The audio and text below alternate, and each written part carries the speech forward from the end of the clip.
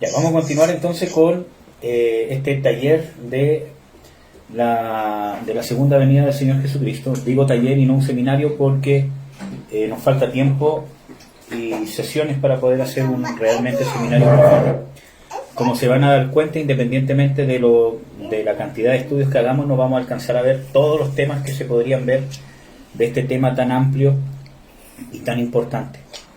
Por lo tanto, siempre nos vamos a estar tratando de enfocar al enfoque que le dio el Señor Jesucristo, los profetas y los que escribieron sobre los últimos tiempos, que es que la iglesia esté en la condición correcta para la venida de Jesús. ¿Ya? Que no es que esté esperando un rapto, sino en la condición interna, condición espiritual, a cuentas con Dios. ¿Ya? Que es parte de lo que vamos a ver después, quiénes van a participar de la resurrección, que es parte de los temas que esperemos alcanzar a ver hoy. Ya, siguiendo con esto, vamos a ver ahora, con respecto a la segunda venida, el tema que estábamos hablando anteriormente, vamos a ver Colosenses 3, del 4 al 6. Y este es un evento sumamente importante, y en este pasaje nos vamos a detener un poco, porque vamos a analizar justamente parte de los verdaderos propósitos. Vamos a ver, Colosenses 3, del 4 al 6, dice lo siguiente: para que lo manifieste como me conviene. Parece que me equivoqué. Colosenses 3. Estoy leyendo Colosenses 4, perdón. Colosenses 3, del 4 al 6. Dice: cuando Cristo vuestra vida se manifestare, entonces vosotros también seréis manifestados con Él en gloria. Amortiguad, pues, vuestros miembros que están sobre la tierra, fornicación, inmundicia, molicie, mala concupiscencia y avaricia, que es idolatría, por las cuales cosas la ira de Dios viene sobre los hijos de rebelión. Ahora, cuando hablamos de esto, ya nosotros vimos el tema de la palabra parousia y de todas las palabras que se usa para la venida, de que todas nos hacen referencia a una venida pública, a una venida completa del Señor Jesucristo, no un acercamiento que llega al cielo, sino una venida del Señor Jesucristo hacia nosotros. Ya lo vimos, tanto la palabra parousia, que se usa muchas veces para hablar de que es una revelación secreta y única para la iglesia, vimos de que no, de que va a ser evidente y manifiesta a los impíos, y eso está en la Biblia. Ahora, ¿por qué nos vamos a detener en este pasaje? Porque esto habla de la manifestación del Señor Jesucristo. Vamos a ver. Dice de que cuando Cristo se manifestare, nosotros seremos manifestados, porque nuestra vida está escondida en Cristo. Cuando habla de esta manifestación, está hablando de que seréis manifestados en gloria. Vamos a hablar un poco de esta manifestación en gloria en Romanos 8, 17 al 18. Romanos 8, 17 al 18. Dice lo siguiente: y si hijos, también herederos, herederos de Dios y coherederos de Cristo, sí, pero padecemos juntamente con Él, para que juntamente con Él seamos, ¿qué cosa? Glorificados. Porque tengo por cierto que lo que en este tiempo se padece no es de comparar con la gloria venidera que nosotros ha de ser manifestada. Entonces aquí está hablando de la glorificación. ¿Cuáles son las condiciones? Que, bueno, somos hijos, también herederos. No vamos a hablar de esa palabra hijos si es tecnón o huios, pero como hijos somos herederos y coherederos con Cristo Jesús, si padecemos juntamente con Él, para que juntamente con Él seamos glorificados. Y es lo que les explicaba, ¿cierto?, en el final de el otro estudio, de que el peso de gloria, por eso dice de que tengo por cierto que lo que en este tiempo se padece no se ha de comparar con la gloria venidera que nosotros ha de ser manifestada. Y aquí está dando una relación directa en que si padecemos, seremos glorificados. Es una condición bíblica. No es cosas que yo estoy tratando de decir con el texto bíblico.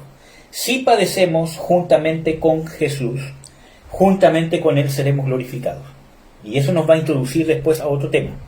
El tema de que nuestra manifestación en gloria depende del padecimiento que tengamos por causa de Cristo. No por causa de nuestra soberbia, no por causa de nuestra altivez, porque muchas veces somos atacados o pensamos que estamos siendo atacados por hermanos, pero no es por causa de Cristo, sino porque estamos equivocados. y estamos cometiendo errores, o que la iglesia se nos levanta en nuestra contra, ¿cierto? Y es porque nosotros hemos cometido errores en nuestra autoridad, ¿ya? Sino que estamos hablando cuando realmente es por causa de Cristo, lo cual vimos que es un privilegio de parte de Dios. Versículo 23 de Romanos 8 dice: y no solo ellas, sino también nosotros mismos, que tenemos las primicias del Espíritu, que creo que la versión 1960 dice las arras del Espíritu, nosotros también gemimos dentro de nosotros mismos, esperando la adopción, es a saber, la redención de nuestro cuerpo. ¿Cuál es esta manifestación en gloria? La manifestación en gloria se va a dar, según este pasaje bíblico, en la resurrección de nuestro cuerpo. Ahí se va a hacer evidente la manifestación en gloria, como dice en el versículo 17 y en el versículo 18. Cuando nosotros seamos glorificados, va a ser cuando, en la resurrección, que no tiene que ver solamente con el hecho de la glorificación en la resurrección, sino lo que va a venir con la resurrección en un evento que se conoce en la Biblia como el tribunal de Cristo, los galardones, ¿ya? Esta diferencia entre cada uno de los creyentes que va a resucitar, que quizás algunos cristianos van a pensar y decir, pero ¿cómo se le ocurre decir esa barbaridad, esa herejía? No. Hay diferencia y Jesús la hace manifiesta en una de las parábolas que dice que es la parábola de los talentos. Dice que cuando venga el rey, haciendo referencia a su venida, a su retorno, es para venir a ponerse a cuentas con sus siervos. Y dice que a uno le dio 10 según su capacidad. O sea, 5, perdón. A otro le dio 2 según su capacidad y a otro le dio 1 según su capacidad. Y él premió lo que habían hecho con lo que les había dado según su capacidad. No les exigió más de su capacidad. Al que él le dio 2, no le exigió 10. Sino según su capacidad. Según lo que el mismo Dios les había dado, de eso solamente les pidió cuenta. Entonces, el que hizo 5 lo multiplicó por 10 y los puso ¿sobre qué? Sobre 10 ciudades. Al que, al que tenía 2 y lo multiplicó, lo puso sobre 4 ciudades. Y al que tenía 1 pero no hizo nada, lo expulsó afuera y dijo, mal siervo, infiel y negligente. Entonces vemos de que no va a ser lo mismo. No va a haber la misma autoridad. Va a ser diferente. Y eso depende de lo que nosotros hagamos acá. Por eso que el tribunal de Cristo, como dice Pablo, depende de lo que nosotros hayamos hecho en esta habitación terrenal con nuestro cuerpo, estando aquí, en este tiempo presente. Eso va a ser lo que va a ser premiado. En el tribunal de Cristo no se va a decidir si alguien es salvo o no, sino cómo va a entrar al reino. ¿Ya? Ahora, esa glorificación, esa manifestación de gloria ocurre en la resurrección. Y nosotros vemos de que esa es la esperanza. ¿Ya? Estamos viendo en el versículo 23. Que gemimos dentro de nosotros esperando la adopción, que es la redención de nuestro cuerpo. Nosotros vemos de que en la adopción, por ejemplo, y ahora sí voy a ocupar un poquito esta pizarra, nosotros nos encontramos con el proceso de adopción, nos encontramos que Pablo, como era judío, está haciendo referencia a una adopción judía oriental, ¿cierto? Que está hablando de que el niño cuando nacía, como dice Pablo, en nada difería del esclavo. Dice, aunque era heredero de todo, pero en nada se diferenciaba de un siervo cualquiera, un esclavo. O sea, era heredero, pero no tenía parte en la heredad. Pero estaba bajo cuidadores, bajo tutores, ¿cierto? Hasta que alcanzaba un grado de madurez, donde él ya empezaba a tener parte con la heredad. Y Pablo llama a eso la adopción. A ese proceso, según el contexto de Pablo, esa es la adopción. Y empezaba a tener parte con la herencia junto con el padre. Vamos a ver algunos ejemplos, aunque no vamos a buscar los textos bíblicos, pero en la Biblia se hace referencia, quizás en un pasaje bíblico, pero se hace una referencia a este proceso de la madurez del cristiano, y también se hace un paralelo con la salvación. Cuando dice de que la ley fue nuestro ayo para llevarnos a Cristo, haciendo referencia a la adopción. Que la ley, ¿cierto?, nos instruía para llevarnos al momento de la conversión. Y está hablando de la conversión de los judíos. De ellos como bajo la ley, ¿cierto?, estaban para llegar a la salvación. Entonces, primer punto, la ley y la revelación de Cristo. Hablando de que la adopción corresponde a este proceso. No está hablando de todos los creyentes, sino de los que estaban bajo la ley. Segundo, hace el proceso de la madurez del creyente. Y eso es el proceso que más se usa en las Escrituras. Por ejemplo, Pablo habla de hijos tecnón e hijos huíos, ¿cierto? Aunque en las Escrituras en el español se traducen esas dos palabras como hijos, pero hay una diferencia. El huíos es un hijo maduro y el tecnón es un hijo inmaduro, que está en esta condición. Entonces está hablando del inmaduro y cuando pasa al proceso de madurez y empieza a servir. Ya no solamente está bajo el discipulado del Señor Jesucristo, sino que ahora pasa a ser un siervo. Empieza a madurar, deja de ser carnal, y ese es el proceso que lo llama la Biblia también la adopción. ¿Ya? Porque nosotros tenemos que ver de que la adopción no está hablando de la salvación, porque nosotros no somos adoptados por el Señor Jesucristo en el sentido occidental, ¿cierto? Nosotros somos renacidos, nacemos de la simiente de Jesús. Y tercero, que es este proceso que hablamos de, que justamente es este pasaje que habla de nuestra vida terrenal, que aquí incluye ser salvos, ser discipulados, madurar, servir, ministrar. Lo incluye esto en nuestro ministerio terrenal o nuestro paso terrenal con Cristo. Y en este caso, en el versículo 23, está haciendo referencia a que la adopción, ¿cierto?, es el paso de lo terrenal a lo inmortal o lo incorruptible.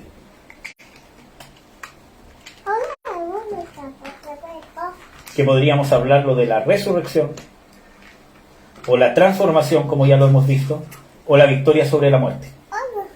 Entonces, este proceso Pablo lo está comparando a este proceso de adopción de un hijo que está en inmadurez. Entonces, ¿esto qué nos habla? De que nuestro vivir terrenal aquí en la tierra es un entrenamiento, es una formación. Por eso que de adrede nosotros tenemos luchas con nuestra carne, porque no estamos perfeccionados a totalidad. La perfección está en nuestro espíritu y el proceso terrenal es para que se perfeccione nuestra alma. Así alcanzamos la madurez, cuando logramos de que nuestro espíritu tenga gobierno sobre nuestra alma y nuestra alma se perfeccione, porque nuestro espíritu es perfeccionado en el momento de la salvación del nuevo nacimiento. Entonces, Pablo está comparando este proceso de adopción, que es conocido en el mundo judío como el Bar Mitzvah, ¿cierto? Este proceso de adopción como el paso de que un hijo está en un proceso de tutores, de guiadores, ¿cierto? Pero está hablando de nuestro paso terrenal. Nosotros estamos aquí en la tierra en un proceso de formación para inmiscuirnos en los negocios del Padre. Y esos negocios del Padre es el reino de Jesucristo. Reino físico aquí en la tierra. Nosotros vemos esto en pasajes como, por ejemplo, que el Señor Jesucristo dice, y el que venciere, o sea, el que venciere en este ministerio terrenal, el que venciere, el que lograre la madurez, lograre ser fiel hasta el final, ¿cierto? El que venciere, yo le daré autoridad sobre las naciones y la regirá como vara de hierro, como yo la he recibido de mi Padre. ¿Ya? Entonces, está hablando del reinado físico del Señor Jesucristo. Este proceso que vivimos ahora, que también la Biblia habla de un proceso de adopción, está haciendo referencia a reinar, a inmiscuirnos en el reino, pero no físico, sino en el reino de establecer el reino de Dios aquí en la tierra, a través de el servicio, a través de ministrar el reino de Dios a los que necesitan el reino de Dios. Pero en este tema que es escatológico, estamos hablando de que la adopción es cuando estamos bajo ayo, ¿cierto? Está hablando de que estamos en este proceso, en este cuerpo, en este tabernáculo terrenal, con un propósito de que nosotros nos preparemos para inmiscuirnos en los negocios de Jesús, que es el reino terrenal, el reino de Dios manifestado aquí en la tierra. Desde ese punto de vista nosotros vemos de que cuando Pablo habla en Colosenses de que vuestra vida está escondida en Cristo, en Dios, y cuando vuestra vida que es Cristo sea manifestada, entonces ahí nosotros vamos a ser manifestados en gloria, está hablando de ese proceso de adopción y que va a ocurrir en la resurrección. ¿Ya? Vamos a ver de que ese proceso de glorificación o ese hecho de glorificación en la resurrección es un proceso directamente proporcional a lo que pasemos aquí en la tierra. Lo vamos a ver en 2 Corintios 3:18.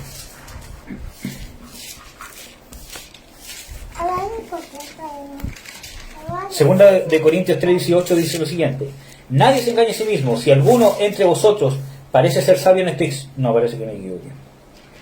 Segunda de Corintios, estoy leyendo primera de Corintios. Por tanto, nosotros todos, mirando a cara descubierta como un espejo la gloria del Señor, somos transformados de gloria en gloria en la misma semejanza como por el Espíritu del Señor. Ya, entonces ahí está hablando, somos transformados de gloria en gloria. Por lo tanto, esta glorificación es un proceso. Entonces, lo primero que dice Pablo, de que esta transformación de gloria que va a ocurrir en la resurrección o en la transformación, en la venida del Señor Jesucristo, como ya lo vimos, ¿cierto? Tiene una antesala, que es la transformación de gloria en gloria, a la imagen de Jesús. Y ese es el proceso que nosotros vivimos en nuestro cuerpo terrenal. Y eso es lo más importante de la segunda venida del Señor Jesucristo. Vamos a ver 2 Corintios 4:17. A ver si lo pueden leer. Porque lo que al presente es momentáneo y leve de nuestra tribulación, nos sobra una sobremanera alto y eterno peso de gloria. Tribulación, como les explicaba, directamente proporcional al peso de gloria. Vamos a leer Colosenses 1:11.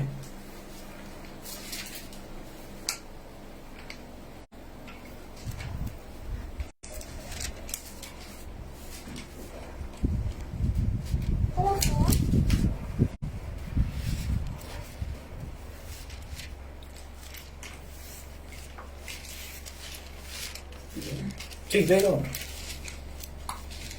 Fortalecidos con todo poder, conforme a la potencia de su gloria, para toda paciencia y longanimidad.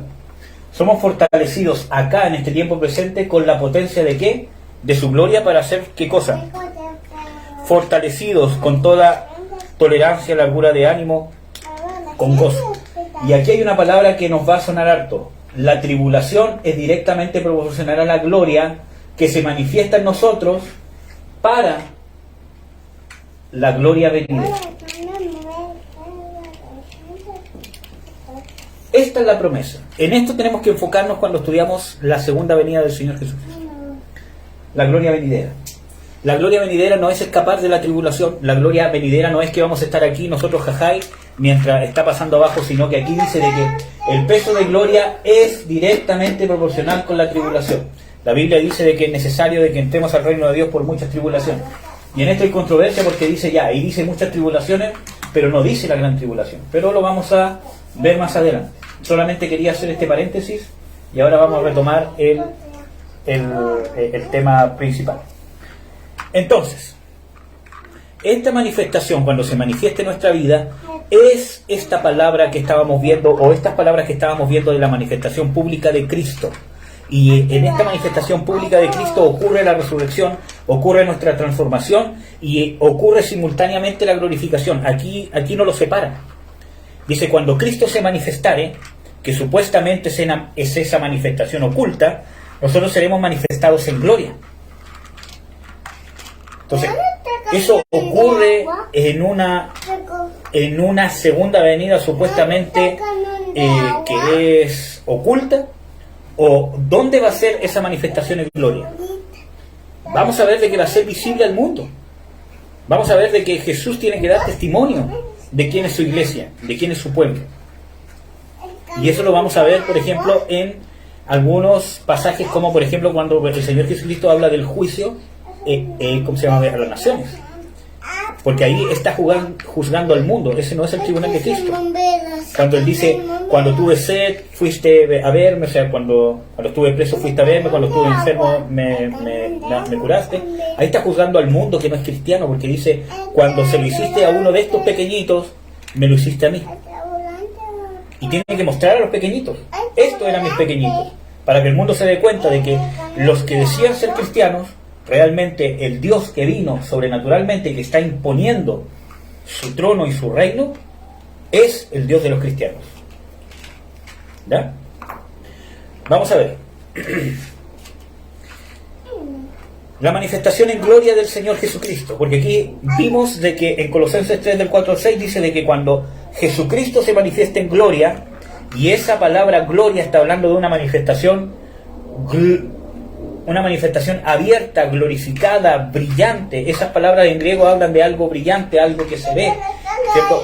Después nosotros seremos manifestados en gloria. Por lo tanto, no puede ocurrir antes y no puede ocurrir en un rapto secreto, sino que tiene que ser en la manifestación gloriosa del Señor Jesucristo. Mateo 16, 27 al 28.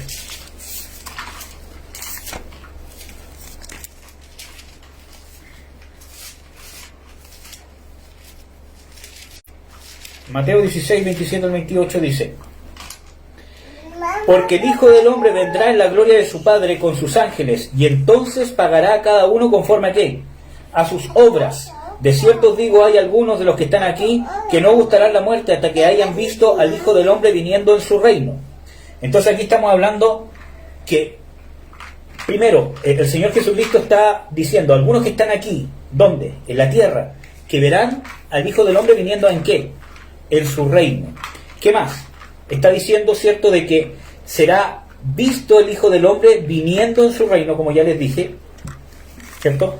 Y también está diciendo de que vendrá en la gloria de su Padre con sus ángeles. Entonces pagará a cada uno conforme a sus obras. Ahí está hablando de el tribunal de Cristo y de los juicios que va a hacer Jesús en su venida, que incluye el juicio del tribunal de Cristo, el juicio para Israel, el juicio de las naciones y el juicio en contra de el anticristo y el falso profeta, ¿verdad? O ¿cómo se llama? La bestia y el falso profeta. Entonces vemos de que su manifestación gloriosa va a ser visible.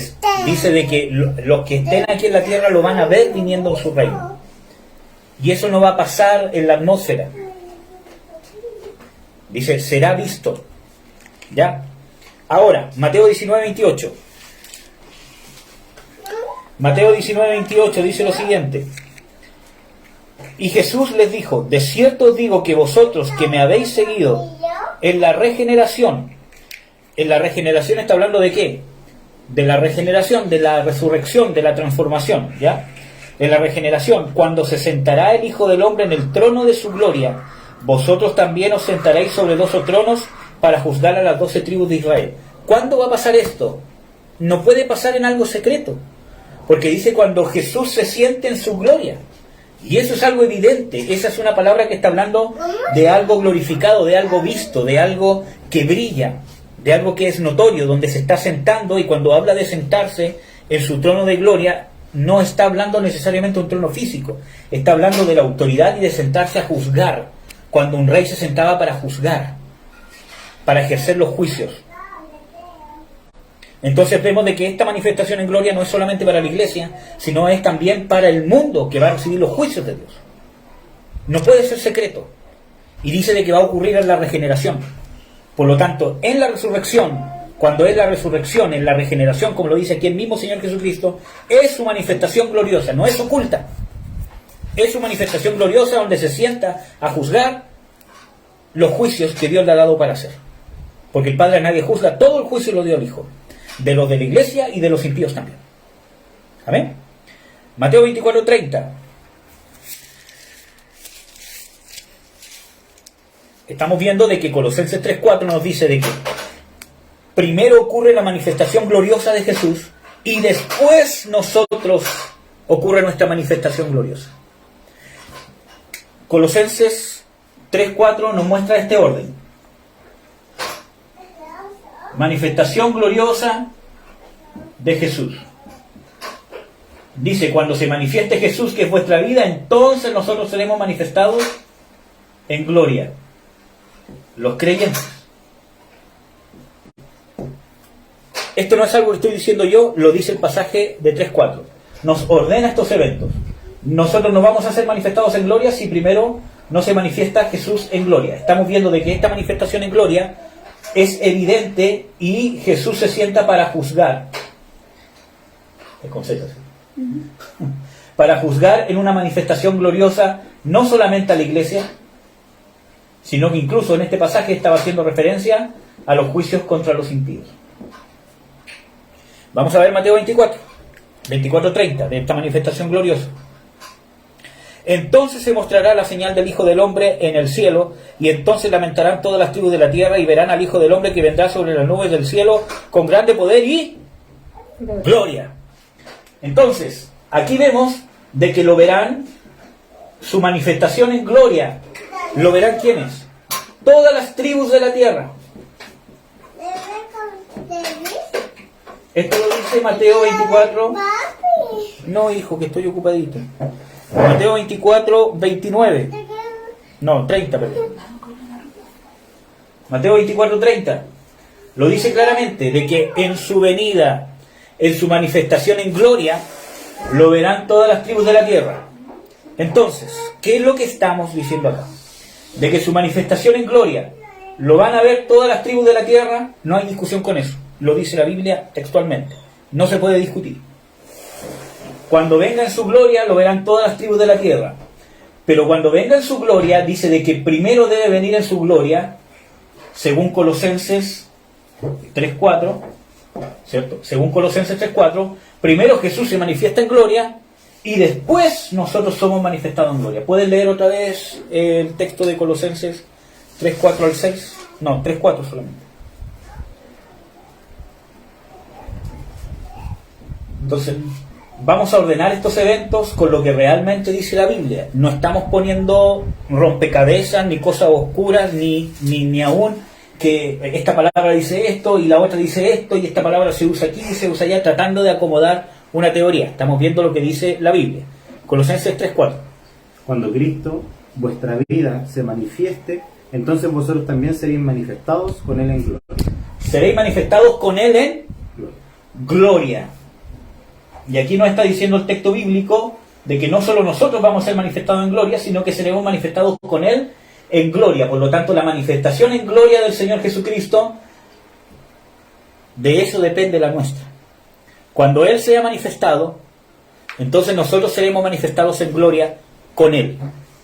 Entonces, nos está hablando Mateo 24, ya vimos otros textos, pero en Mateo 24:30 está diciendo de que cuando venga Jesús en su gloria, lo verán, ¿quiénes? Todas las tribus de la tierra.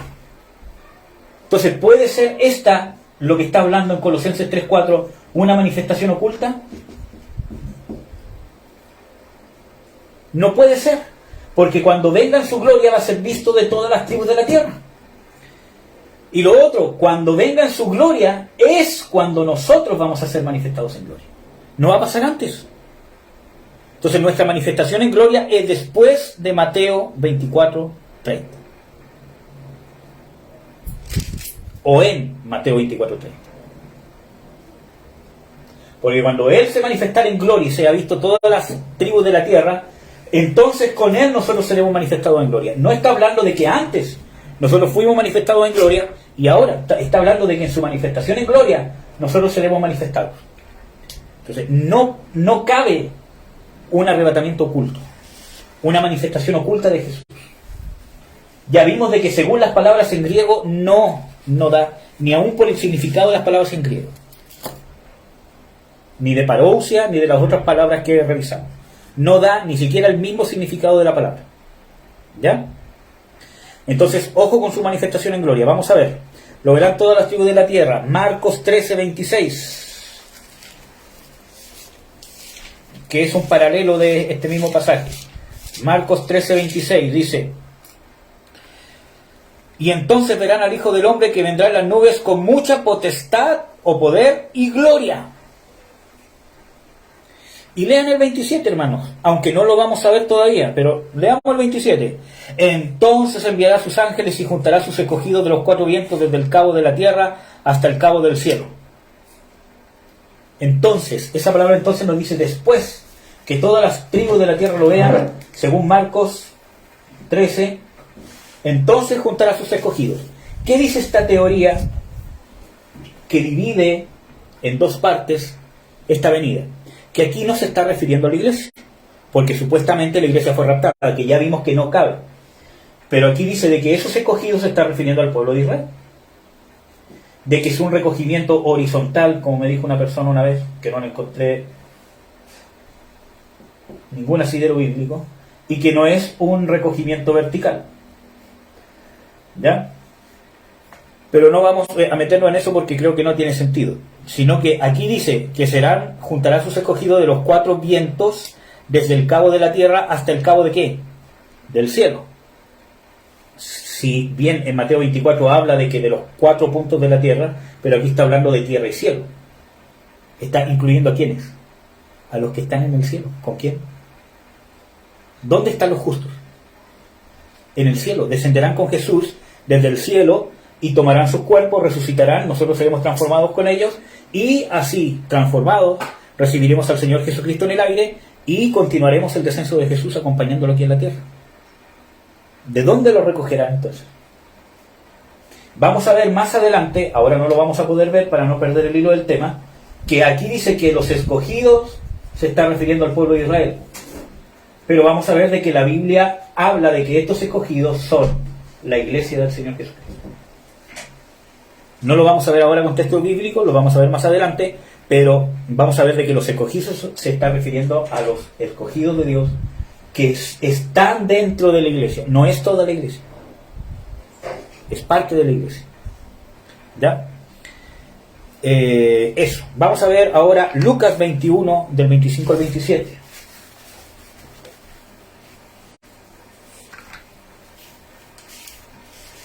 Lucas 21, del 25 al 27. Si lo encontraste, léelo. Entonces habrá señales en el sol, en la luna y en las estrellas, y en la tierra angustia de las gentes, confundidas a causa del bramido del mar y de las olas, desfalleciendo los hombres por el temor y la expectación de las cosas que sobrevendrán en la tierra, porque las potencias de los cielos serán conmovidas. Entonces verán al Hijo del Hombre que vendrá en una nube con poder y gran gloria. Con poder y gran gloria. Volvemos a Colosenses 3:4. La manifestación en gloria del Señor Jesucristo se va a dar con la manifestación en gloria nuestra. Y está hablando aquí de nuestra resurrección. Y esa manifestación en gloria, donde ocurre nuestra resurrección, es cuando todo ojo le verá. Entonces, por eso que les di los textos bíblicos de que hablan de que esa manifestación de gloria es la resurrección. Romanos 8, 17 y 18 y el versículo 23 habla de que es la resurrección. Primera de Corintios 15, 40 al 44.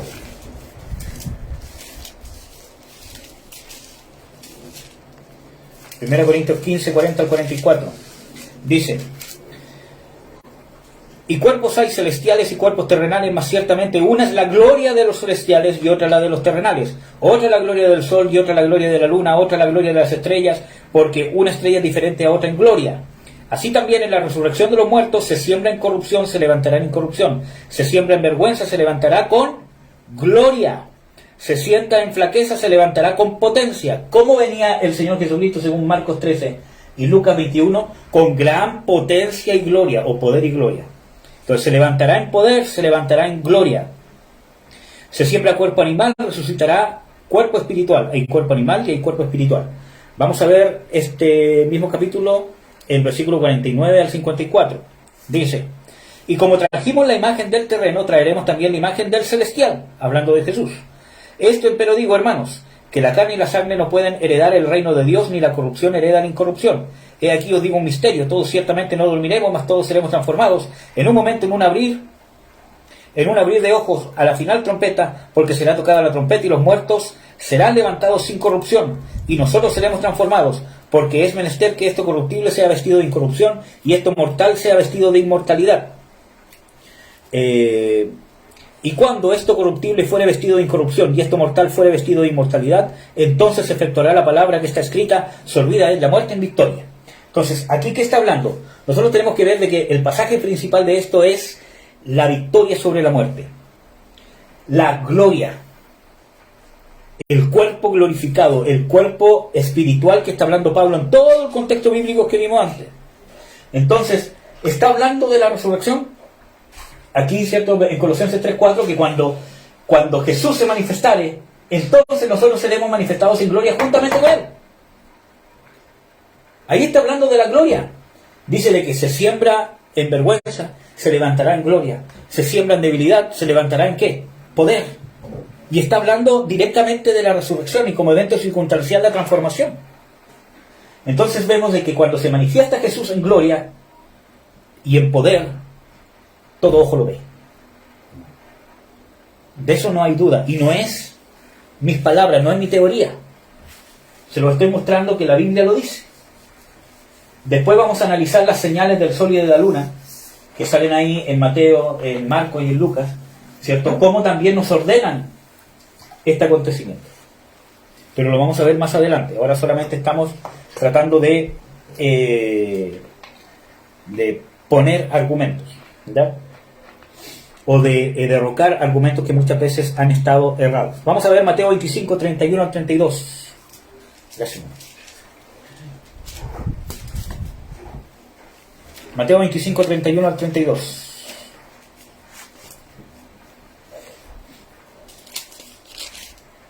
Dice: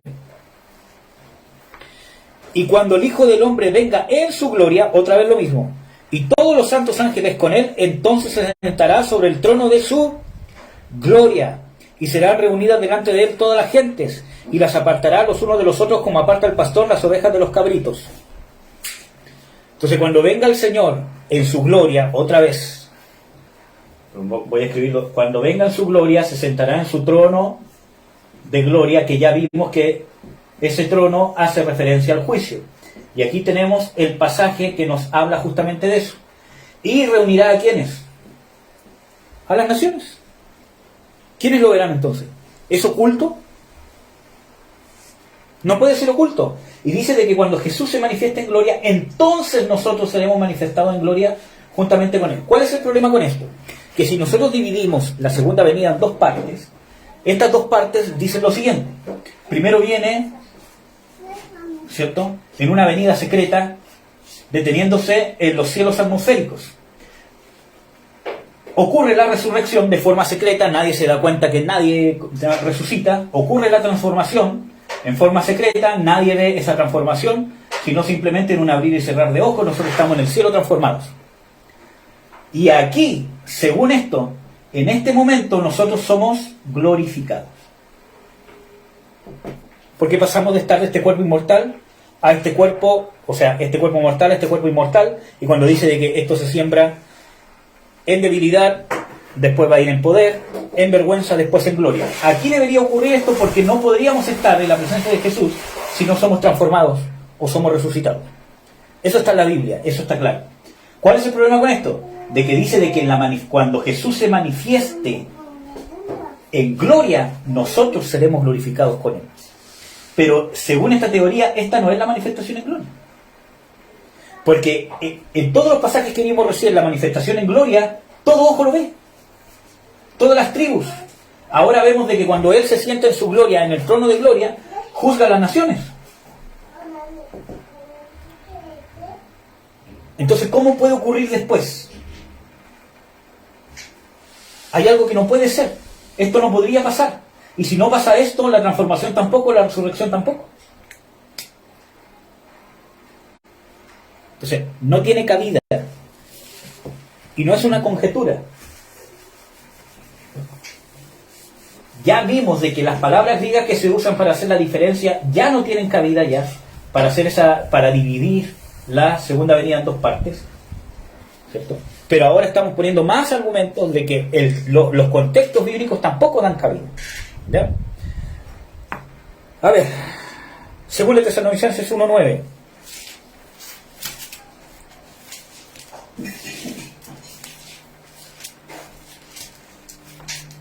Si tiene el texto, léelo.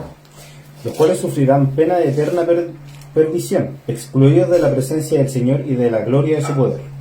Ya, aquí que está diciendo de que la gloria de su poder, de que los impíos van a ser excluidos de la gloria de su poder, por lo tanto la manifestación en gloria del Señor Jesucristo va a ser evidente a ¿quiénes?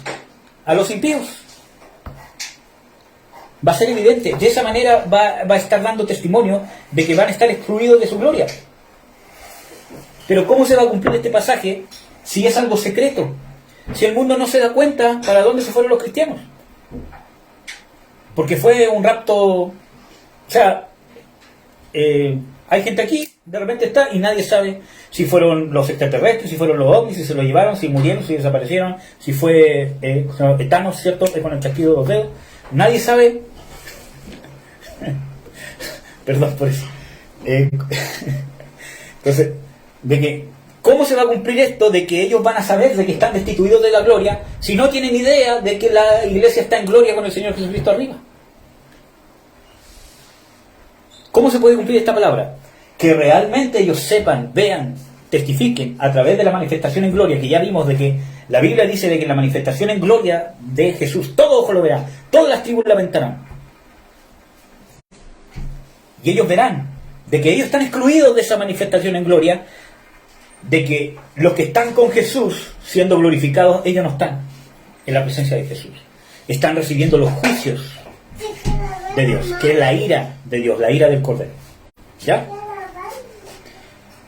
Vamos a ver de que la iglesia aguarda en la tierra su manifestación gloriosa. Tito 2:13. Yo tengo Tito 2:13.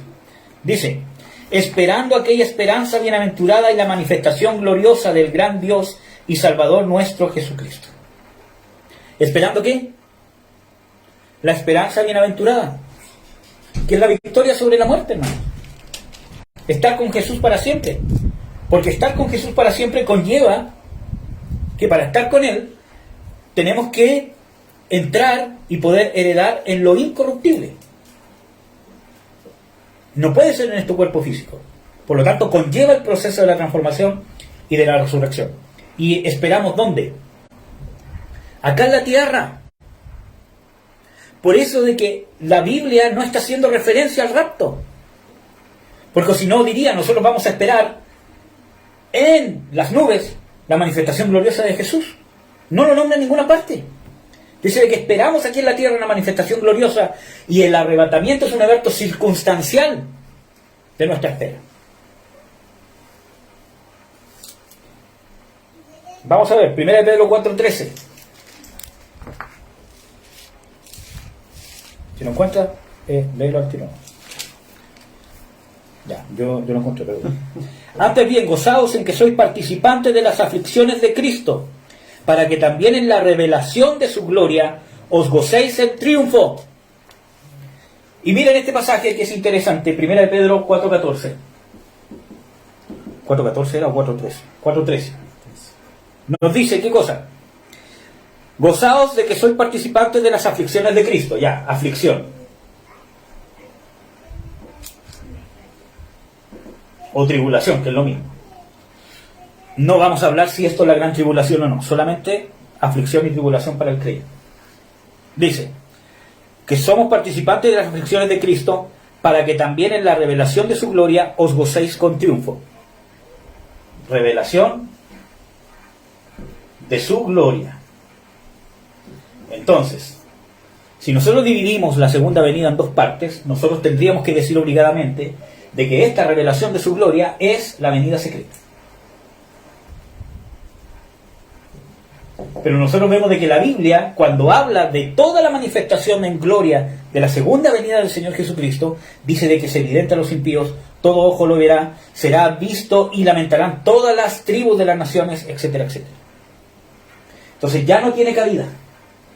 Y aparte habla de la revelación de su gloria, y que la revelación de su gloria, que no puede ser la venida secreta por los textos bíblicos que hemos visto, no por nuestras conjeturas, sino por los textos bíblicos que hemos visto, ¿cierto?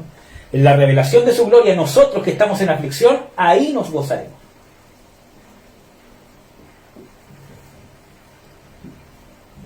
Y esto no puede ser secreto. Vimos de que es evidente al mundo. Ahí recién nos gozaremos, no antes en un arrebatamiento secreto, y ahí nos gozaremos con todos los galardones, con la resurrección, con todo lo que Dios nos va a dar, y después en su manifestación, en su revelación pública en gloria, nosotros ¿por qué nos vamos a gozar si aquí recibimos la consolación? Entonces vemos de que no tiene cabida, no podemos dividir, por eso que es un error dividir en dos la venida del Señor Jesucristo, porque la Biblia no lo divide. ¿Ya? ¿Qué más? 1 Pedro 5:1 dice: ruego a los ancianos que están entre vosotros, yo anciano también con ellos, y testigo en las aflicciones de Cristo, que soy también participante de la gloria que ha de ser revelada. ¿Revelada a quién? ¿A la iglesia solamente? Eso no lo dice la Escritura, hermanos. Nosotros no podemos hacer decir a la Escritura algo que queremos para poder validar una teoría. va a ser manifestada. ¿Por qué dice que es una gloria y que más encima va a ser revelada? ¿Por qué en ningún pasaje bíblico dice va a ser revelada solo a los creyentes? Va a ser vista solo de los vencedores. Vimos de que en todos los versículos bíblicos donde habla de la manifestación gloriosa del Hijo del Hombre en su segunda venida, todo ojo le verá, las tribus lo verán, todos harán lamento sobre él, hablando del mundo inconverso. Y es más, van a recibir los juicios en su manifestación en gloria. Y en su manifestación en gloria, nosotros somos galardonados. Aquí Pablo está hablando del galardón, que soy también participante de la gloria que ha de ser revelada. Tribunal de Cristo. Ahí está hablando de la gloria, que las aflicciones nos llevan este peso de gloria, estas recompensas que habla la Biblia, o estos galardones que habla la Biblia, que también uno lo puede ver como las coronas. Entonces vemos de que esto ocurre en una manifestación. Entonces vemos, según estos pasajes bíblicos, que no hay asidero bíblico para dividir en dos.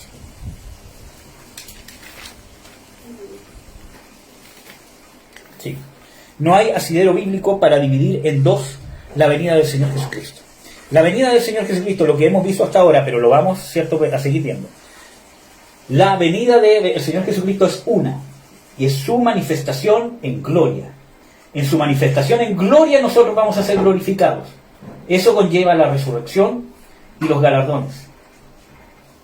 En su manifestación en gloria, y en su manifestación en gloria, todo el mundo lo verá.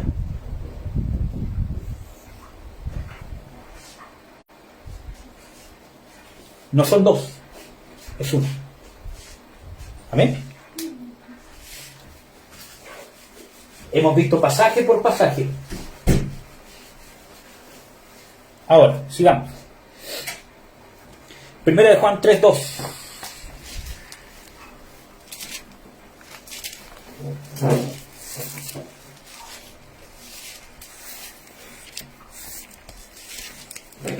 Amados, ahora somos hijos de Dios, y aún no se ha manifestado lo que hemos de ser, pero sabemos que cuando Él se manifieste, seremos semejantes a Él, porque le veremos tal como Él es. Ya.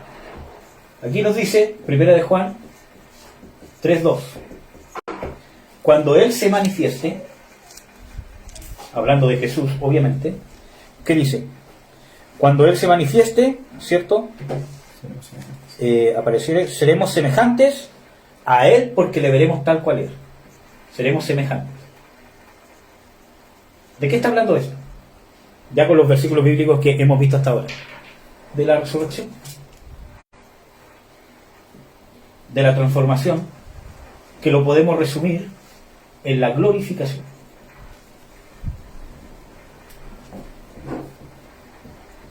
Ahí se va a cumplir la promesa de que nosotros seremos semejantes a Él.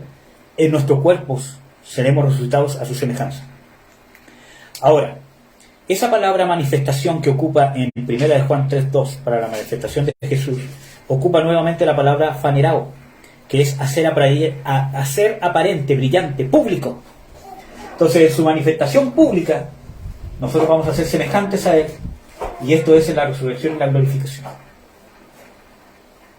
Porque alguien puede decir, pero esto se está refiriendo a su manifestación secreta únicamente para la iglesia, cosa que vimos que no dice la Escritura, ¿cierto? Pero vamos a ver, ¿cierto?, que cuando Él apareciere seremos semejantes a Él porque le veremos como Él es. No hay asidero para decir de que esta es la manifestación oculta, porque Juan está hablando de su manifestación. Si fuese así, Juan mencionaría en algún lado la otra manifestación pública, si esta fuese la oculta. ¿Ya? No lo hace.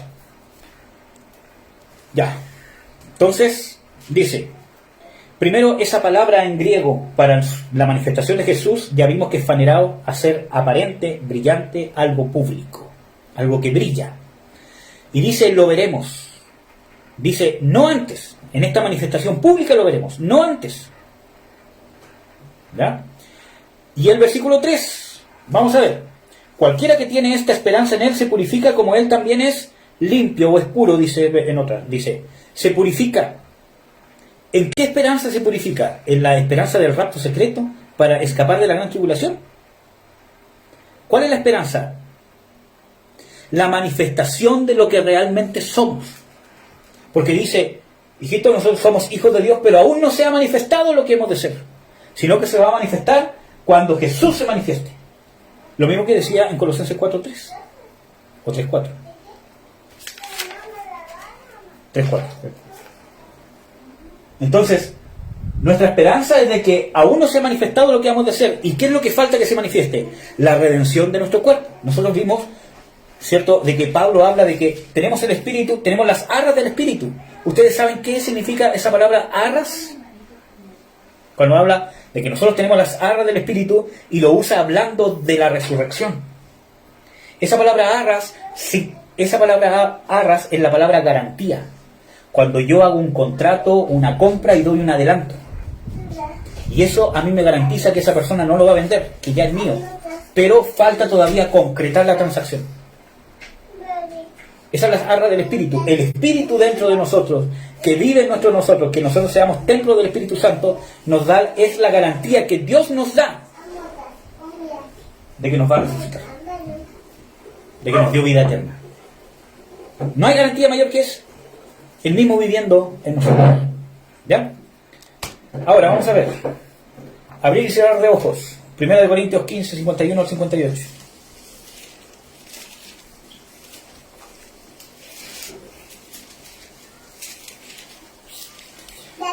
1 Corintios 15, 51 al 58.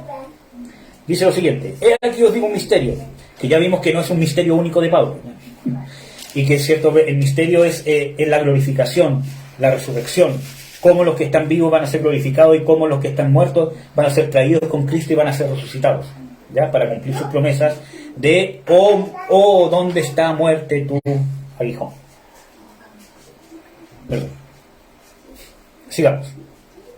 He aquí os digo un misterio: todos ciertamente no dormiremos, mas todos seremos transformados en un momento, en un abrir y cerrar de ojos, a la final trompeta, porque será tocada la trompeta y los muertos serán levantados sin corrupción, y nosotros seremos transformados, porque es menester que esto corruptible sea vestido de incorrupción, hablando de que es necesario que esto incorruptible, o sea, que esto corruptible sea de incorrupción, ya sea por la resurrección, que es la más importante porque es para casi la totalidad de los muertos, ¿cierto?, en Cristo, como de la transformación que va a ser la minoría, un pequeño porcentaje, y nosotros le damos tanto énfasis a eso, y un pequeño porcentaje que va a ser transformado de todos los que han muerto en Cristo, en la esperanza gloriosa de Cristo. Ya, bueno, sigamos. 54. Cuando esto corruptible fuere vestido de incorrupción, o sea, cuando ya ese proceso de resurrección esté, o de transformación esté hecho, y esto mortal fuere vestido de inmortalidad, entonces se efectuará la palabra que está escrita: sorbida es la muerte con victoria. ¿Dónde está, oh muerte, tu aguijón? ¿Dónde, oh sepulcro, tu victoria? Ya que el aguijón de la muerte es el pecado y la potencia del pecado la ley. Mas a Dios gracias que nos da la victoria por el Señor Jesucristo. ¿La victoria de qué? La victoria en contra de la muerte. ¿Por qué? Porque como Pablo explica en otras cartas, esta esperanza de la resurrección nos hace perder el temor a la muerte. Porque nuestro final no es la muerte. Es un paso para alcanzar la esperanza de gloria. ¿Ya? Así que, hermanos míos amados, estad firmes y constantes, creciendo en la obra del Señor, siempre sabiendo que nuestro trabajo en el Señor no es en vano. Entonces vamos a ver. Primero, dice, en un momento. Y esa palabra cuando dice, ¿cierto?, en el versículo 52, en un momento, porque dice en un momento, en un abrir de ojos, en un momento es la palabra átomos, que significa sin división. Y nosotros lo dividimos en dos partes. En un momento, o sea, en un instante que es indivisible. ¿Ya? Este cerrar de ojos, este abrir de ojos, dice de que se tocará. ¿Qué cosa? La final trompeta. Dice, y a la final trompeta, este abrir y cerrar de ojos será a la final trompeta. Porque será tocada la trompeta, estamos en el versículo 52. ¿Ya? Entonces, ¿cuándo va a ser la resurrección? Y la transformación, cuando se toque la trompeta. Hay gente que argumenta de que esta trompeta no es la séptima trompeta del Apocalipsis. No nos vamos a meter en eso, aunque yo creo que es lo mismo, pero no nos vamos a meter en eso para no tener controversia. ¿Por qué? Porque se dice de que esta trompeta es para llamar a los escogidos y de que la trompeta del Apocalipsis es de juicio. Vamos a ver de que la Biblia no hace esa distinción con respecto a estas trompetas, ¿ya? Vamos a ver el contexto, ¿ya? Porque aquí está hablando de que la trompeta va a ser tocada, ¿cierto? Y se va a llevar a cabo la resurrección de la transformación. Primero, el contexto que Pablo está hablando en todos estos versículos no habla del arrebatamiento,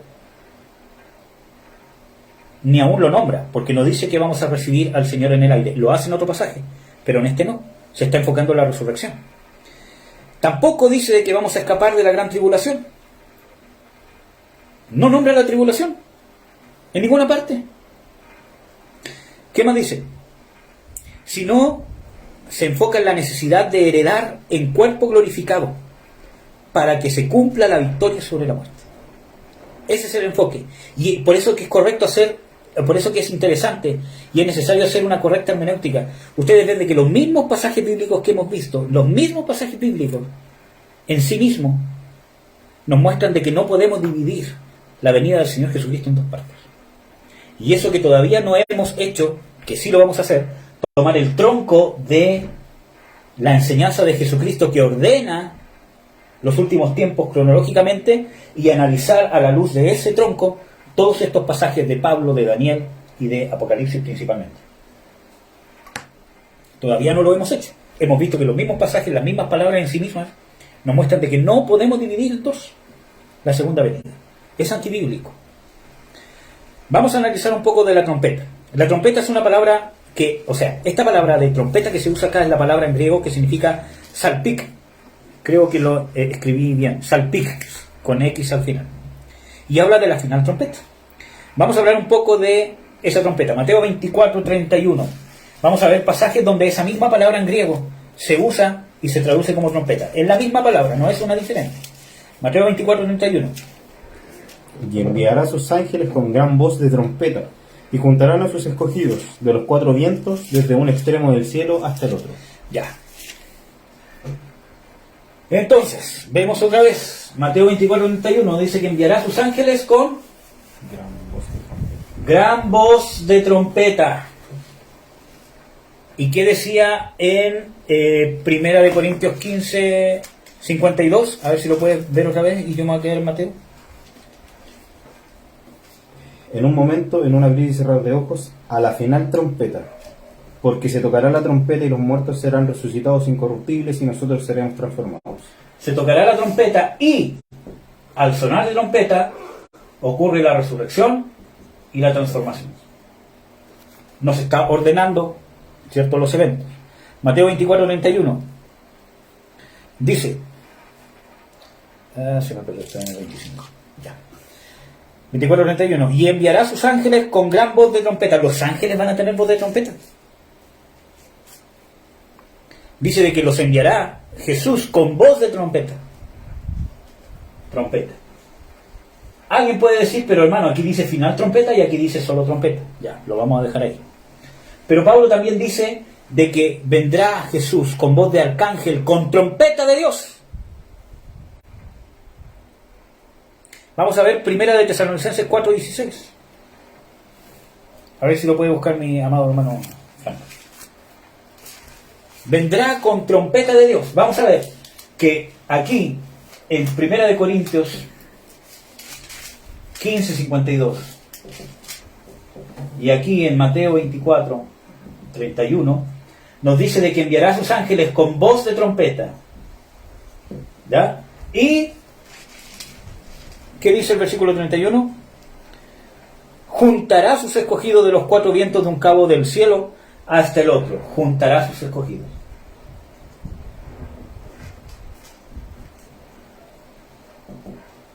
Ya. Ahora sí puedes leer Primera de Tesalonicenses 4:16. Porque el Señor mismo con voz de mando, con voz de arcángel y con trompeta de Dios descenderá del cielo, y los muertos en Cristo resucitarán primero. Resurrección. Transformación. Y luego él, o inmediatamente después, porque esto es lo que llamamos como rapto o como arrebatamiento, si no les gusta esa palabra rapto. Y esto es en 1 Tesalonicenses 4:16. 4:16. Si ustedes leen los versículos 14 al 18, se van a dar cuenta de que el contexto es la resurrección, la transformación. Ahora, desciende con voz de mando, con voz de arcángel, con trompeta de Dios, y los muertos, hablando o sea, esta voz, va a decir se da esta voz, resucitan. Primera de Corintios dice exactamente lo mismo, a la final trompeta, resucitan. Mateo 24:31, y enviará con voz de trompeta, no es lo mismo que sale en 1 Tesalonicenses 4:16, y juntará a sus escogidos.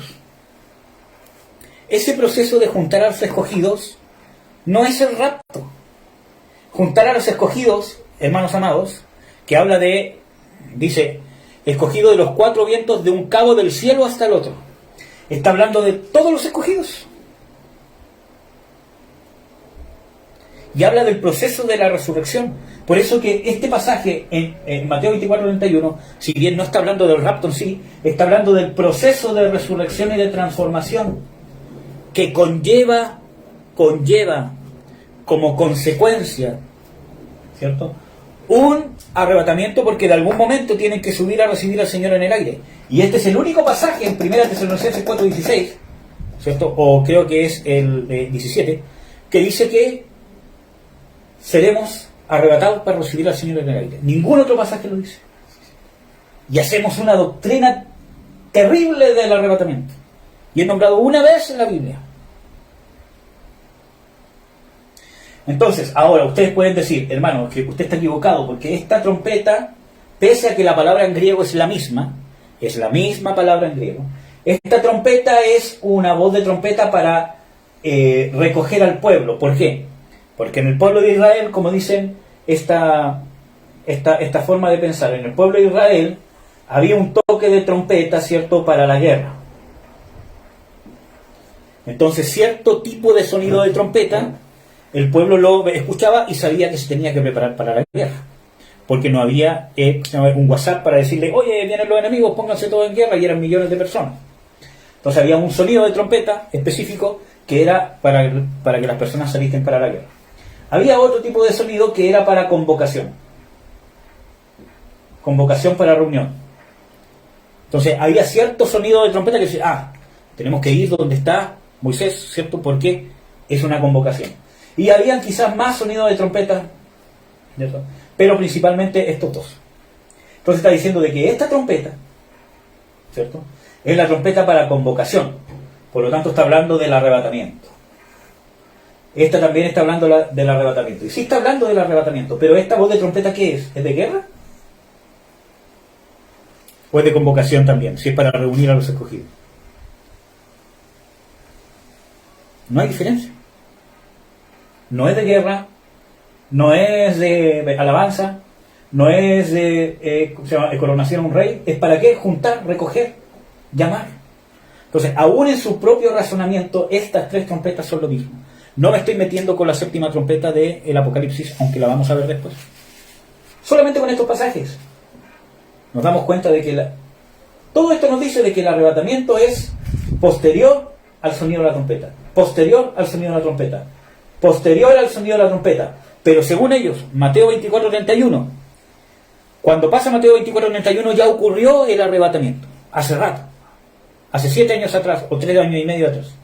¿Y cómo? Si aquí recién suena la trompeta. ¿Ya? Después vamos a ver, porque ¿cómo se llama? Alguien puede decir, es que eso es escogido del pueblo de Israel que quedó. Vamos a ver después, con paciencia, que esos escogidos son los escogidos de Dios de la iglesia. ¿Ya? Vamos a seguir con esto.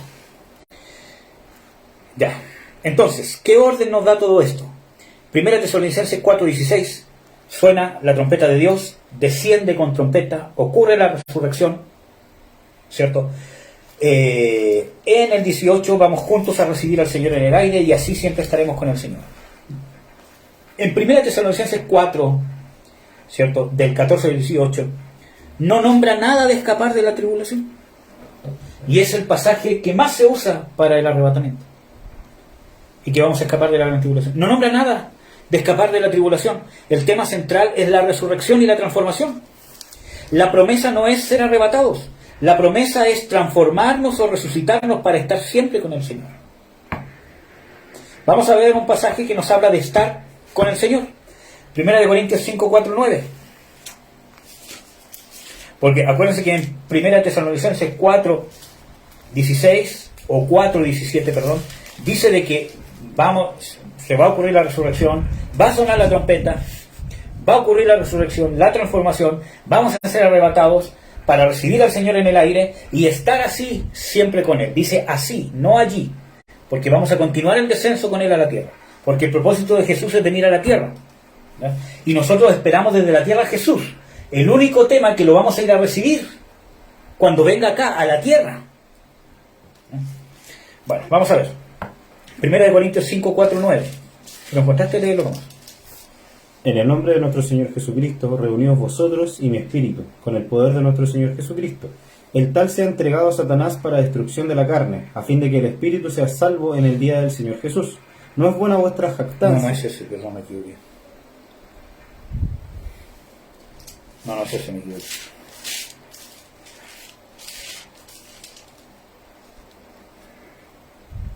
Es 2 Corintios 5, 4, 9. Yo lo voy a leer, perdón, pero me equivoqué aquí en las notas. 2 Corintios 5, 4, 9. Dice: porque asimismo los que estamos en este tabernáculo gemimos, agravados, porque no quisiéramos ser desnudados sino sobrevestidos, para que lo mortal sea absorbido de la vida. Ahí está hablando de la resurrección. Mas el que nos hizo para esto mismo es Dios, el cual nos ha dado la prenda o las arras del Espíritu. La garantía de que vamos a ser resucitados. ¿Ya? Dice, así que vivimos confiados siempre y sabiendo que entre tanto que estamos en este cuerpo, o sea, hablando de este tabernáculo, peregrinamos ausentes del Señor, porque por fe andamos no por vista, más confiamos y más quisiéramos partir del cuerpo y estar presentes en el Señor. Está hablando de este proceso de la esperanza de la resurrección. Por tanto, procuramos también, o ausentes o presentes, ser de qué cosa? Agradables. Eso significa estar con el Señor. Aquí Pablo está hablando de estar con el Señor. ¿Qué significa estar con el Señor? Dejar este cuerpo, este tabernáculo. Amén. Ahora, vamos a analizar en 1 Tesalonicenses 4:17, que lo vamos a leer, a ver si lo pueden leer para hacer contexto. Vamos a ver la palabra griega. O sea, ya vimos de que esa palabra griega trompeta, ¿cierto?, es la misma que se ocupa en Mateo 24:31, en 1 Tesalonicenses 4:16 y en 1 Corintios 15:51 al 58. Es la misma palabra. Y vemos de que es una trompeta, que yo no estoy de acuerdo con esto, pero si quieren ver de que hay un sonido de trompeta que es diferente a otro que es para convocación, vemos de que las tres, incluyendo Mateo 24:31, es para convocación. Por lo tanto, es la misma trompeta. Ahora vamos a ver, ¿cuál dije? 1 Tesalonicenses 4:17, a ver si lo puedes leer. Luego nosotros los que vivimos, los que hayamos quedado, seremos arrebatados juntamente con ellos en las nubes para recibir al Señor en el aire, y así estaremos siempre con el Señor. Ya, dice para recibir al Señor en el aire. Y vamos a analizar un poquito esa palabra recibir en el griego que se usa ahí, es apartesis, que significa encuentro amistoso. Salir a recibir a alguien que viene. ¿Ya? Vamos a ver cómo esa palabra es usada en las Escrituras. Esa misma palabra es usada en Mateo 25:1.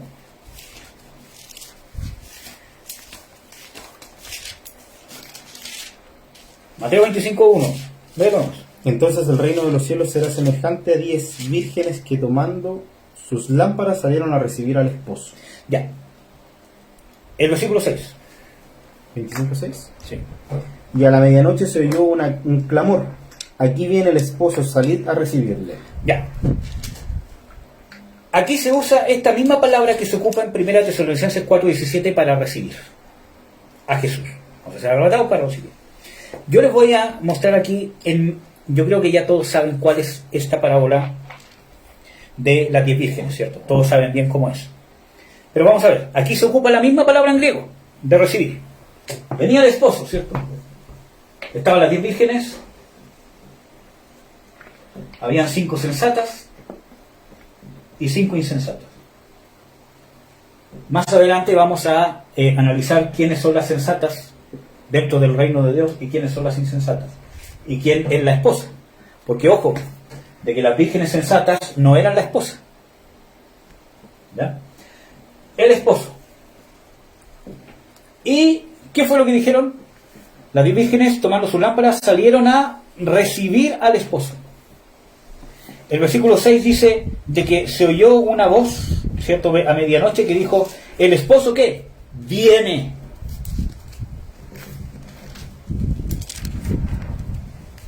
Y ellas salieron, las 5 sensatas obviamente, a recibirle. ¿El esposo se detuvo ahí con ellos? Salieron a recibirme ya. Listo, acá vamos a estar un montón de tiempo y después seguimos nuestro descenso. No, salieron a recibirlo. Y así se hacían las bodas. Las 10 vírgenes eran amigas de la esposa y salían a recibir al novio. Llegaban, lo recibían, pero él continuaba su viaje, porque no se iba a casar con las 10 vírgenes. ¿Se iba a casar con quién? Con la esposa. Dice que las 10 vírgenes entraron con el esposo a las bodas, y que después, cuando llegaron las insensatas, tocaron la puerta y dijeron: ábrenos, que queremos entrar. El esposo no se las llevó. El esposo llegó, ellos salieron a recibirla, y el esposo se dio media vuelta y se llevó a las 10 vírgenes, ¿cierto? Y allá celebró las bodas. No, dice: viene, salid a recibirle, porque viene para acá. Entonces, no hay eso de que las bodas van a ser, o de que el esposo nos va a llevar para ir a otro lugar.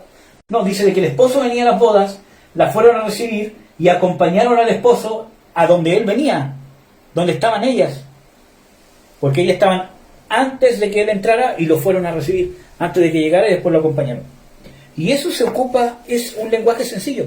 Pero a veces, hermanos, estamos tan afanados por querer encontrar cosas misteriosas en la Biblia, y nos gustan cosas cónclaves y con clave y con misterios, porque nos llena nuestro ego, que yo sé, que pude descubrir la cónclave de la Biblia, ¿cierto? Todo lo demás. Y a veces estas revelaciones tan importantes están en cosas sencillas en las Escrituras.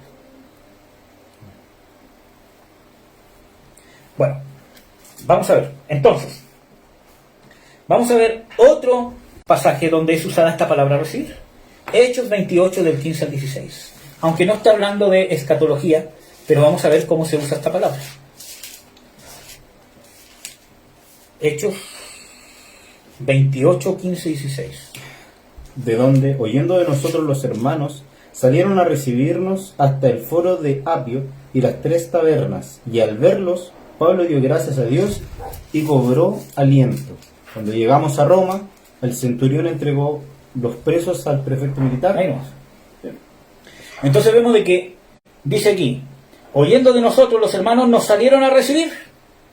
O sea, estos hermanos estaban en Roma, oyeron que venía Pablo y lo salieron a recibir porque Pablo venía a Roma. Y dice de que nos salieron a recibir, y llegando a Roma, o sea, Pablo no se devolvió, sino el único momento que se detuvieron fue un momento para decirse: hola, ¿cómo estás? Qué alegría, cobramos ánimo y llegamos a Roma. Es lo que va a pasar. Llegamos allá, nos saludamos, ¿cierto? Y continuamos el descenso. Es un recibimiento. No es una estadía en la atmósfera, esperando que pase la tribulación. Vimos que ninguno de estos pasajes que hemos visto, que habla del arrebatamiento y todo esto, ninguno habla de que vamos a salir de la tribulación, de que somos sacados de la tribulación. Ya vamos a hablar del tema de la ira, porque seguramente hay hermanos que están diciendo, pero en las Escrituras dicen de que no somos puestos para ira. ¿Ya?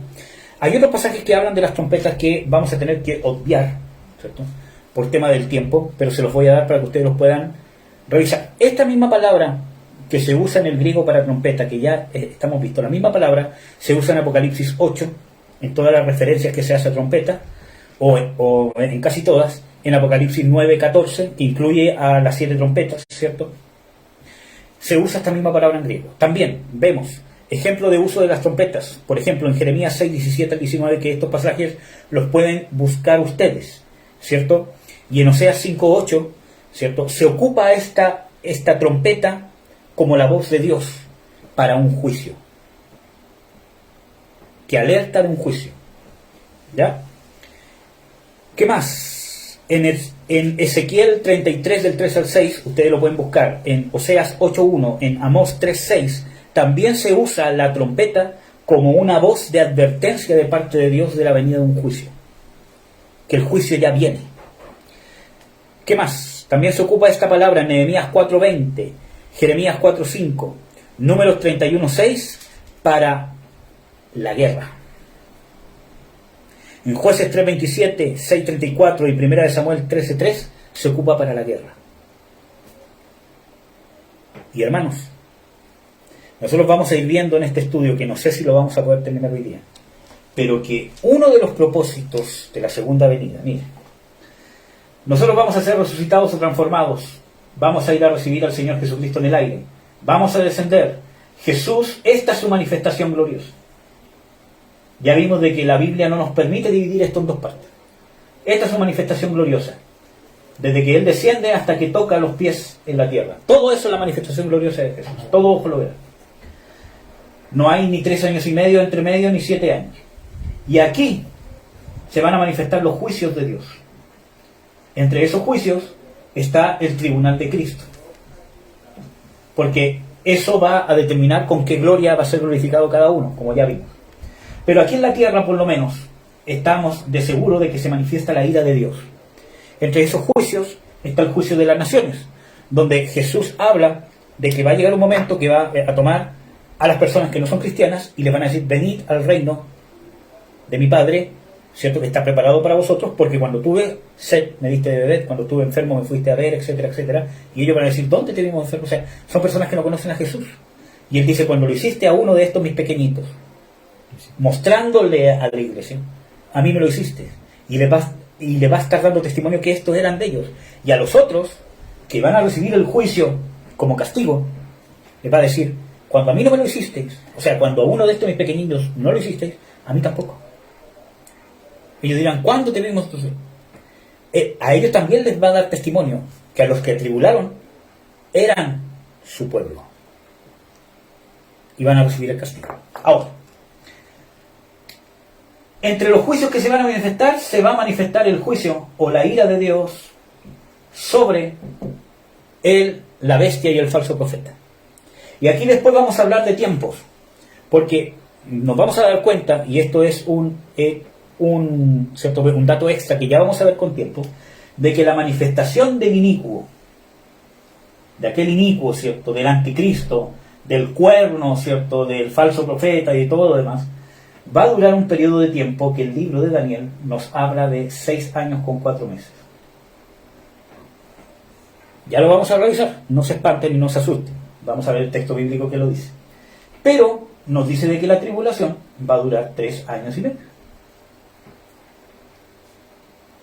Entonces vamos a ver qué pasa con este tiempo restante. ¿No?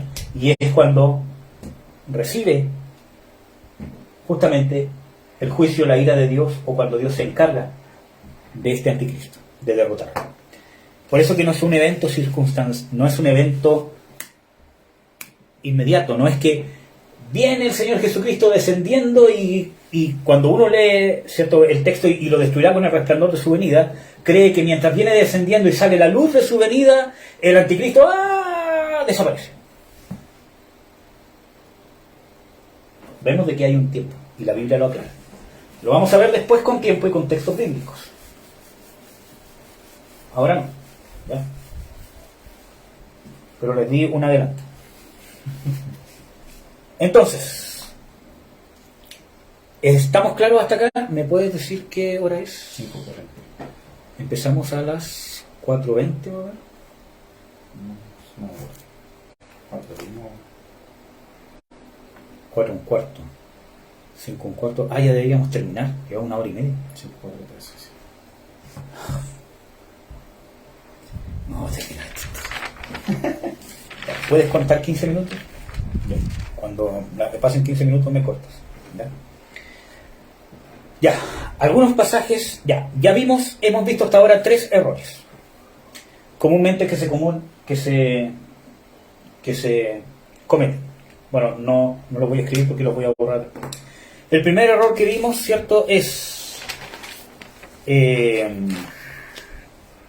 basarse en los escritos de Pablo y Daniel como tronco central de la revelación de los últimos tiempos y no en los de Jesucristo. No quiere decir de que Pablo no haya tenido revelación. No quiere decir de que el profeta Daniel no haya tenido revelación o que sus revelaciones estén erradas. De ninguna manera. Son inspiradas por Dios. Pero el tronco de la revelación es el Señor Jesucristo. Es el único que dice: yo soy el testigo fiel. ¿Ya? Es el único que dice de sí mismo: yo soy el testigo fiel. Entonces, segundo error: dividir la venida del Señor Jesucristo en 2 partes. Tercer error: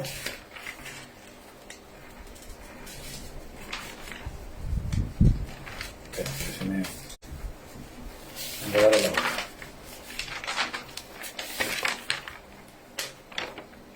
¿Vimos el tercer error o esta era parte del segundo?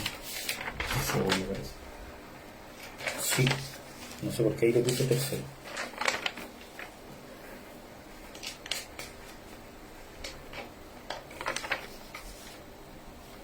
Sí. Ya. Tercer error: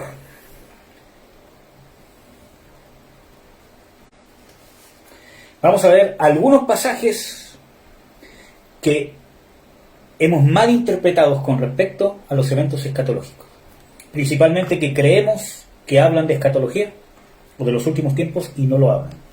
Pasaje que seguramente alguno de los que está viendo o verá este video le ha venido dando vueltas, ¿cierto?, a la mente para contradecir todo lo que estamos diciendo, pese a que hemos dado los versículos bíblicos. Es Juan 14:1 en adelante. Lo vamos a ver.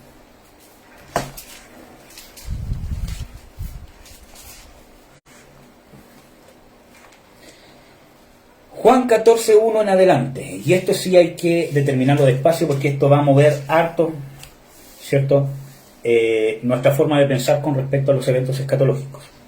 No es mi intención insultar a nadie. Nosotros tenemos que saber de que esto es una exposición de la palabra. Si ustedes ven que soy vehemente para explicar, no es porque esté airado ni en una forma burlesca, sino porque a mí la palabra de Dios me apasiona. ¿Ya? Pero es una exposición. Si usted no está de acuerdo, no vote por mí. Entonces, vamos a ver Juan 14, desde el versículo 1. Dice: no se turbe vuestro corazón, creéis en Dios, creed también en mí. Aquí, este es uno de los pasajes. Muchas veces cuando uno hace hermenéutica o trata de analizar algunos pasajes bíblicos, se encuentra con pasajes que son más fáciles de analizar y otros que son más difíciles, porque a veces cuesta en un pasaje encontrar el propósito del que está hablando, ¿cierto? En el pasaje, ¿cuál es el propósito de lo que está diciendo? Hay veces que cuesta encontrarlo, está al medio, está al final, de repente hay que verlo bien, ¿cierto? Aquí Jesús lo dice inmediatamente: no se turbe vuestro corazón. Listo. Ese es el propósito de lo que Él va a decir. Y vamos a ver que tiene correlación con todo lo que vamos a leer. El propósito de lo que Jesús va a decir ahora es que no se turbe vuestro corazón. ¿Ya? Y cuando habla de eso es para fortalecer la fe, para que no dejen de creer. A eso se refiere con que se turbe vuestro corazón. No dejen de creer. Por eso dice: creéis en Dios, creed también en mí. Por eso que la turbación la relaciona con no creer por las cosas que han de acontecer. Vamos a ir viendo, versículo 2. En la casa de mi Padre muchas moradas hay. De otra manera os lo hubiese dicho. Voy pues a preparar lugar para vosotros. ¿Qué es lo que se piensa de este pasaje bíblico? Aquí sí voy a usar la pizarra. ¿Qué dice? Casa de mi Padre, cielo. Cielo de Dios, no este cielo que está arriba. Casa de mi Padre, cielo. Muchas moradas hay. Casitas o lugar en realidad para que habiten los creyentes, que quizás no son casas físicas en el cielo, ¿cierto? Pero lugar en el cielo, moradas para que puedan morar los creyentes. Entonces dice: Muchas moradas hay. De otra manera os lo hubiese dicho. Voy pues a preparar lugar para vosotros. Entonces lo que se cree que se está diciendo de que Jesús les dice, mira, Jesús, me voy al cielo. Y cuando esté allá en el cielo con mi Padre, voy a preparar lugar para ustedes. Y después, cuando vuelva en mi segunda venida, hablé como mi hijo, en mi segunda venida, entonces los tomaré a mí mismo y me los llevaré al cielo, para que puedan habitar esas moradas que les preparé. Vamos a ver si realmente este mismo pasaje de Juan 14 dice eso. Lo vamos a analizar. En la casa de mi Padre, primero, una regla importante de la hermenéutica es que la Biblia se interpreta a sí misma. ¿Cuál es la casa de mi Padre? Ahora sí voy a necesitar que seamos rápidos con los textos. Vamos. Casa de mi Padre, 1 Timoteo 3:15. Yo busco Hebreo 3:6. 1 Timoteo 3:15. Para que citarlo, sepas cómo debes conducirte en la casa de Dios, que es la iglesia del Dios viviente, columna y baluarte de la verdad. En la casa de Dios, ¿qué es? ¿Qué cosa? Iglesia. Casa de Dios. Ya vimos un pasaje que nos dice que es la iglesia. Es la casa de Dios. Ese era el versículo de 1 Timoteo 3:15. 1 Timoteo 3:15. No es mi versión, no es lo que yo le estoy diciendo, no es que yo pienso de que el cielo es la casa de Dios, sino que la única referencia que hace con respecto a Dios dice de que el cielo es mi trono, pero no dice que es mi casa. Y la tierra ha estado de mis pies. Pero cuando habla de la casa de Dios, literalmente, 1 Timoteo me dice que es la iglesia. Vamos a ver otro pasaje, Hebreos 3:6. Pero Cristo como hijo sobre su casa, la cual casa somos nosotros, si retenemos firme hasta el fin la confianza y el gloriarnos en la esperanza. Nosotros, ¿quiénes? Los creyentes. ¿Quiénes son? La iglesia. Lo dice literalmente. No es algo que yo les estoy intentando decir. 1 Pedro 4:17.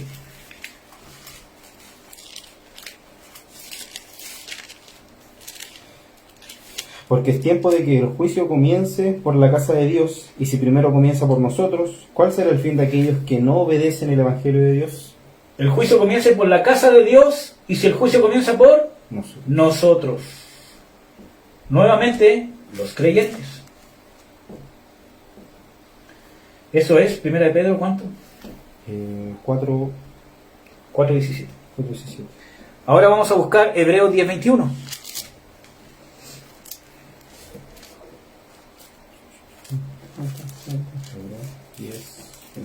Y teniendo un gran sacerdote sobre la casa de Dios, acerquémonos con corazón sincero en plena certidumbre de fe, purificando los corazones de mala conciencia. Y teniendo un sumo sacerdote ¿sobre qué? Sobre la casa de Dios. ¿Será el cielo?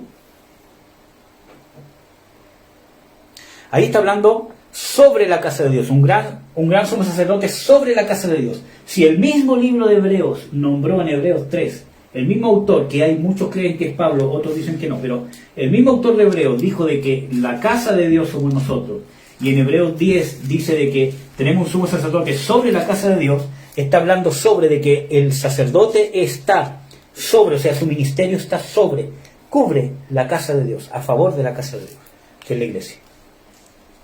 ¿Ya? ¿Qué vamos a ver? Ahora, acuérdense que la Biblia se interpreta a sí misma. Yo les voy a leer Génesis 28, porque ya lo tengo acá. Génesis 28, 17. Génesis 28, 17. Dice, y tuvo miedo, hablando de ¿cómo se llama? Josué. Y tuvo miedo y dijo, cuán terrible es este lugar. No es otra cosa que casa de Dios y puerta del cielo. Vamos a ver. Génesis 28, 17. Está aquí Josué, Jacob. En el contexto bíblico, él se duerme, ¿cierto? Y tiene una visión de que hay una escalera que conectaba el cielo con el lugar donde él estaba, donde ascendían y descendían ángeles sobre ese lugar. Entonces, él despierta y dice, qué terrible es este lugar. ¿Cuál? ¿El cielo? No, este lugar donde él estaba. Dice, qué terrible es este lugar. En el versículo 17. Qué terrible es este lugar, donde Él está en la tierra. No hay duda que está hablando del lugar terrenal. ¿Es casa de Dios? ¿Qué cosa? ¿El cielo? No. El lugar donde Él estaba es casa de Dios y puerta del cielo. No es la casa del cielo, sino que este lugar era casa de Dios y esa casa de Dios era puerta, una ventana, ¿cierto? Un lugar de una dimensión que estaba conectada directamente con el cielo. Pero este lugar era casa de Dios. ¡Uy! Me salió un gallito. Pero este lugar era casa de Dios. ¿Ya? Vamos a ver el versículo 22 del mismo Génesis 28. Dice: y esta piedra que he puesto por título, ¿dónde la puso? ¿En el cielo? No, la puso ahí, en la tierra. Será casa de Dios, y de todo lo que me dieres el diezmo te lo voy a apartar para ti. Entonces, el Antiguo Testamento me dice de la casa de Dios estaba en la tierra. Con esto quiero decir, solamente quiero explicarles de que no hay pasaje bíblico que me diga de que la casa de Dios es el cielo. Vimos un ejemplo en el Antiguo Testamento donde me nombra de que la casa de Dios no es el cielo. Y vimos estos pasajes bíblicos de que la casa de Dios es la iglesia. Y antes de terminar, porque nos vamos a tomar un descanso, ¿cierto? Vamos a ver de que el Señor Jesucristo en Juan 12:16 y del 19 al 22, ustedes lo pueden revisar, Juan 2:16 y versículos 19 al 22, habla, ¿cierto? Y Él dice: destruid este templo y en 3 días lo edificaré. Y justamente en el versículo 16 está hablando de que este templo, Él dice: no hagáis, ¿cierto?, casa de mercado, la casa de mi padre, porque es el momento en que echa los cambistas, ¿cierto?, todo lo demás, y los judíos llegan: ¿con qué autoridad haces estas cosas? Y Él dice: destruid este templo en 3 días y en 3 días yo lo reconstruiré. Y ahí dice de que no estaba hablando de un templo físico, sino de su cuerpo. Entonces, ¿a qué estaba comparando Jesús el templo que es la casa de mi padre? Él mismo dice: casa de mi padre, destruid este templo, esta casa de mi padre, y yo en 3 días la reconstruiré, de su cuerpo. ¿Y qué es su cuerpo según la Biblia? Y ahí hay innumerables textos bíblicos.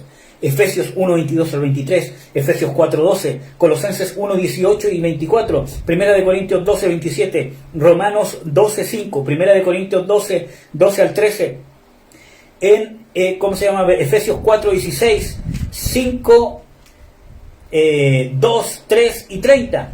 Dice de que la iglesia es el cuerpo de Cristo, de que los creyentes son el cuerpo de Cristo, que hemos sido injertados al cuerpo de Cristo. Entonces, ya sea que lo veamos directamente o indirectamente a través del cuerpo de Jesús, el cuerpo de Cristo, porque la casa de Dios es el cuerpo de Cristo, nos lleva otra vez a la iglesia.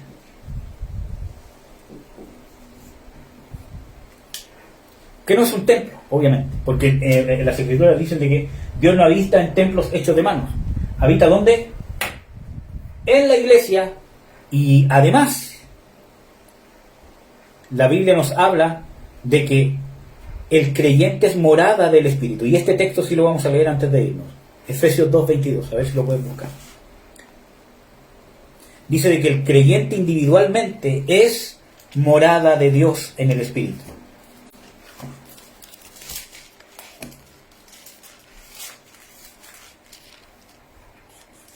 En quien vosotros también sois juntamente edificados para morada de Dios en el Espíritu. Para morada de Dios en el Espíritu. Vosotros sois juntamente edificados para morada de Dios en el Espíritu. Miren que dice 1 Corintios 6:19. Este versículo yo lo tengo. Dice: ¿o ignoráis que vuestro cuerpo es templo del Espíritu Santo, el cual está en vosotros, el cual tenéis de Dios y que no sois vuestro? Habla de la iglesia en general y del creyente en particular. Es morada del Espíritu Santo. Y el Espíritu Santo es Dios. Entonces, toda la evidencia bíblica nos muestra de que la casa de Dios, nombrada en Juan 14:2, es la iglesia.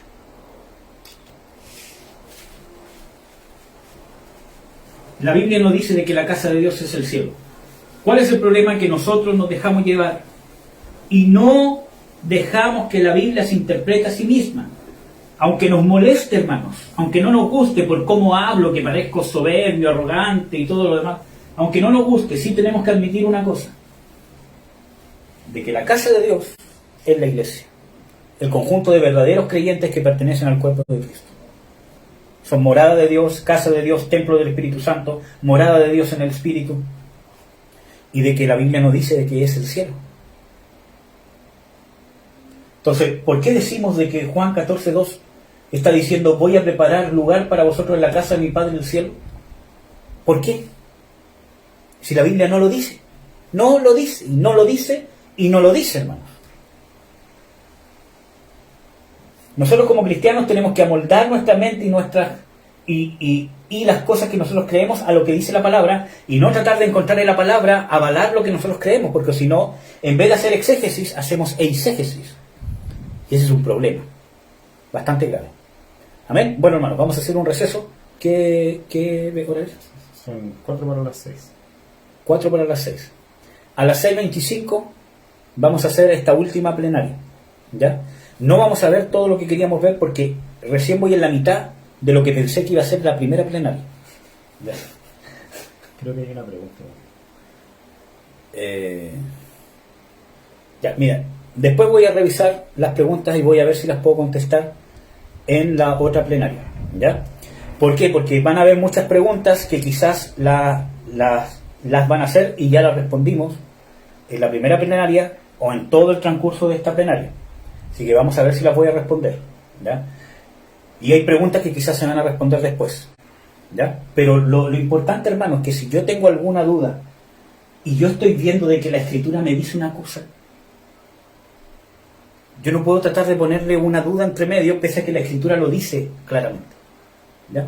Pero ahí voy a revisar las dudas en Facebook porque no las puedo ver porque tengo que tener la cámara al revés para que se pueda ver bien lo que escribo en la pizarra. Así que eso, hermanos, nos vemos a las 6:25 o 6:30 a más tardar con la última plenaria. ¿Ya?